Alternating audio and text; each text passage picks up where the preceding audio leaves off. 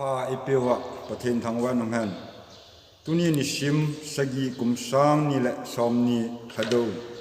pathen ni kho masapenta imu thei win masapenen pathen thangwa namhan chule dam mo hi ve gimnei ta ji a hobung mi pi kai khom na an om thei ta hi yong le tingka dam sela in mun chi wa tul sunga hi win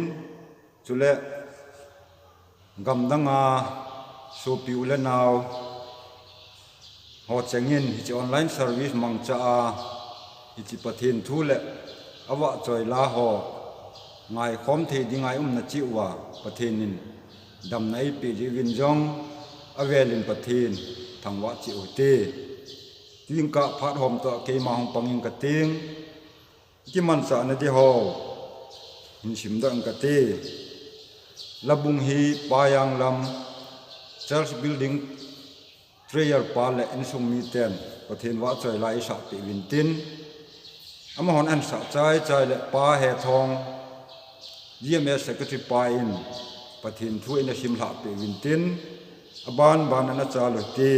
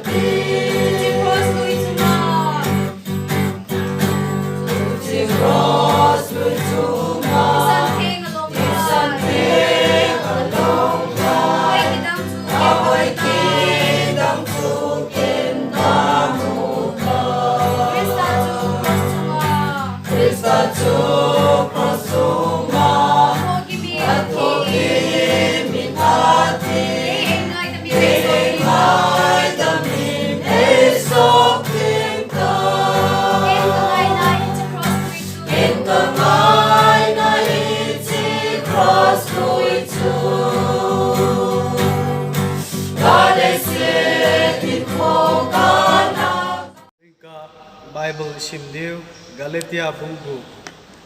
chang sigi apana chang som chan hi in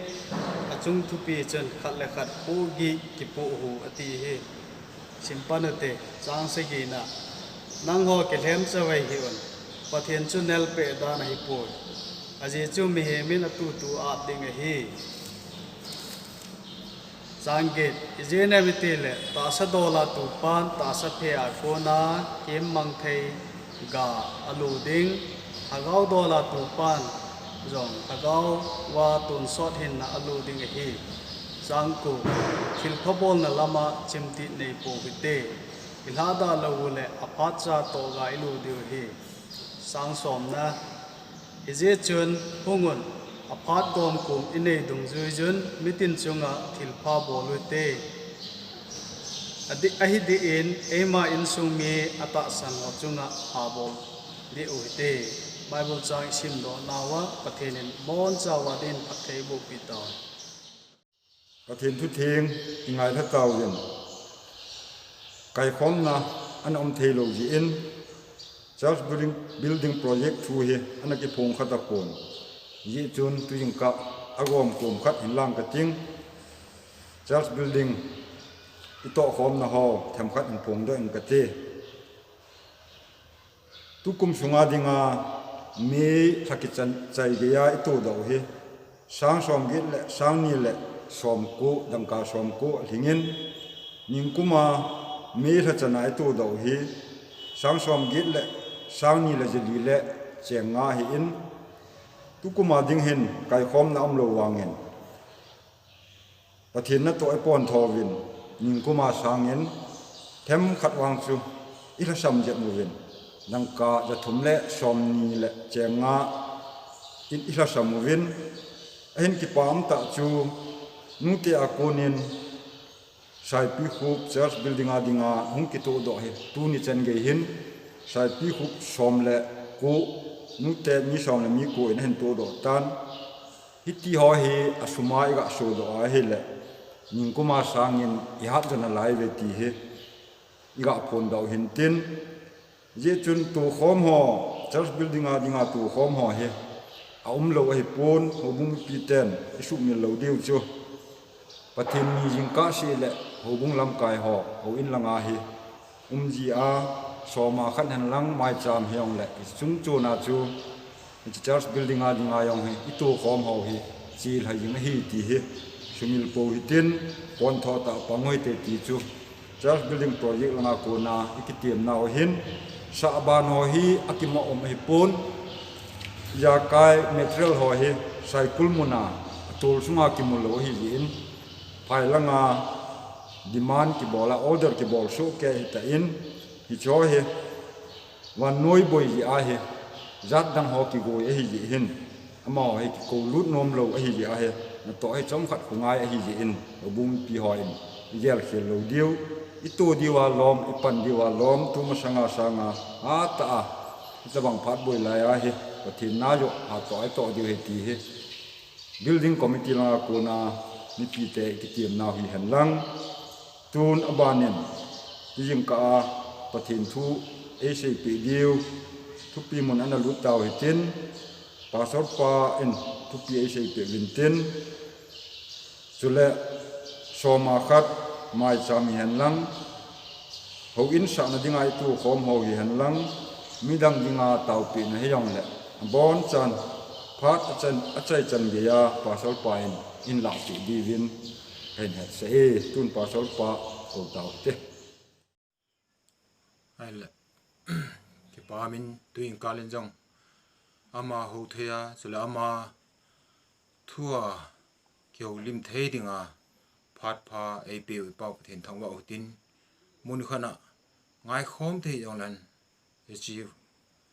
YouTube ai lo le chi phone cho yo sin huin sunga ki khop ngai bangwa pathen thu ingai bangin anangai tin lunglut ta in isei no mu su Bible chang hungki pe izatawin Galatia bungu chang sagya kona hungki sim do chi izatawi hi cha hin ipu mitheng polin asain asun nang ho ki hlem chawe hun pathen chun nel pe dan hi poi mi min atu tu a ding hi ti cho hin chule achai na lama asai na chun hi chun e hon thil pha bol hitin isu pi e ikom in sumi izat inam isu pi koma thil pha su ha bol de hite aphat cha ga ilo theina divin ti cho hin chule kan pi kalwala Bible chang chun adin bungu chang som langa som lagup na chun ipu mi thing polin asei na chun cheptan le tan lo mo si dan thu zui lo thu asein hi cha asei na chun ken wang jesu christa thina thingpel thu bo hi ka ge la hin a jesu mo si dan thu hila ai lo ai le hi chi chep tan la tan lo hin mem i ma cha su sa poi i ma cha ke khel sa poi ti chu ka hetai yesun thingpel jesu christa chungchang thu bo hin mem aluya ko na atha aso thei bo ka hen hi chi chep tanin i ma cha mi hem aluya ko na atha aso sa ka he poi ti cho hi hi cho hi kai ko min an ge lu hitin yesun ipu mi thing pol na sei bang chun e hon thil pha i bol na diu hi adin KCC missionin e ha bol pen tau chu ikim i velo wa chen khom pi ho phai cham mi ho ja hinan ade in izat inam chan pi a christian hiong le hitabong thil hama ta san chom choma ki pui hel the ai lo wal christian hiong le ho bung chom choma hitabong ki khanna denomination ho bung chom choma nom ho ho sa na hin tripura hin hiti ni ho sa win hi chi pu mi thing polin jong hi chi galatia mi te hi nga thil na sei ho pen chi ai thil pha chi bol di wa hi yong lama sa pen penin izat inam iso pi chung ha bol di hi te hi chu pathian tu pi hi pathian de hi ti yesu ni hengi ko iso pi ko ma thil pa so ha bol de hu te ti chu e hon i che pi kha cho hin hiti do la chu ikine mo wa chu le thasi le GMS chu le pe ding dol missionary harding iya kai ipi u ne lo thuai pun nem na pi ding ai pun ne lo ja pi da ding ai pun ya su i ho le i vai kun the povin i ho hela i sol ho chu en ngol am lo na diwa I hon pathin nai to hi KCC mission ai di a chu in ku te ho yu nau te ho ko ma I to hi a hi kan ku te ho chula ani na chu ila o hen vela hen inam sunguwa thuil hlam tam pi ki met kha win ho bung thu ol jinga yong khat yong ka seitan ama san jong thu pin jong ka seitan malai Israel ten bong no lima semua hi chi jong hi pakai Israel pathin ho na hi atiwa lunglu ta ke pa ta milim sem thu ho a ho chu pakai pathin no pu na hi achu tile tu nin jong hi chi jong hi pakai su krista phon do ho bung chu hi chu metin I dei te hi ama min chun itai na etawin pakai ti nawin inop nop chu ho bung hi sa ni ai lo wala achai nai pu mi thing pol na sei chu chep tan lo thu mo si dan thu a ki hen o le o lo thu hi ha sei na sei kin sang som na som lu na chun ye chun ke man wang thil dang zo se hitabong dan thu pi ho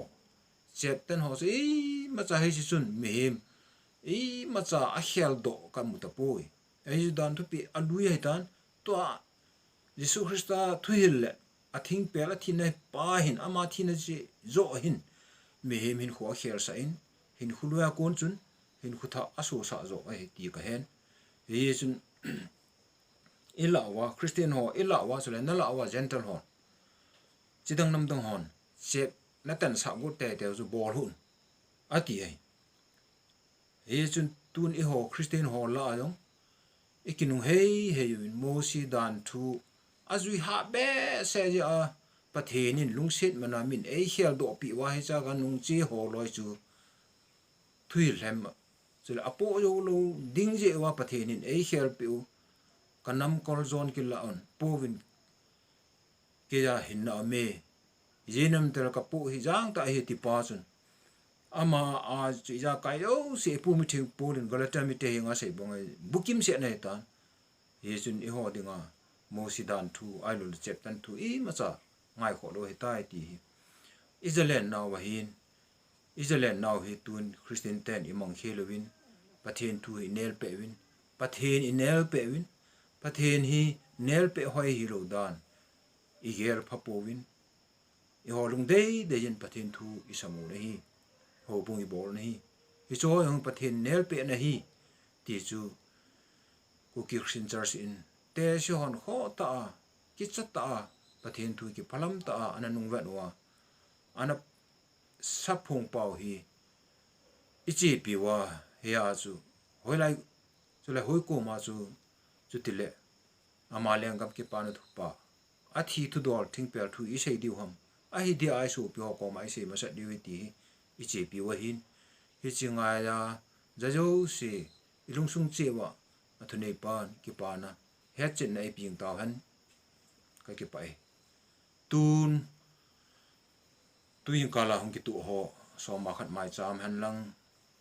win thing sa do na ding le i pi ding le tu ho mo yo siu a khunal han do na ke man hen ding ka te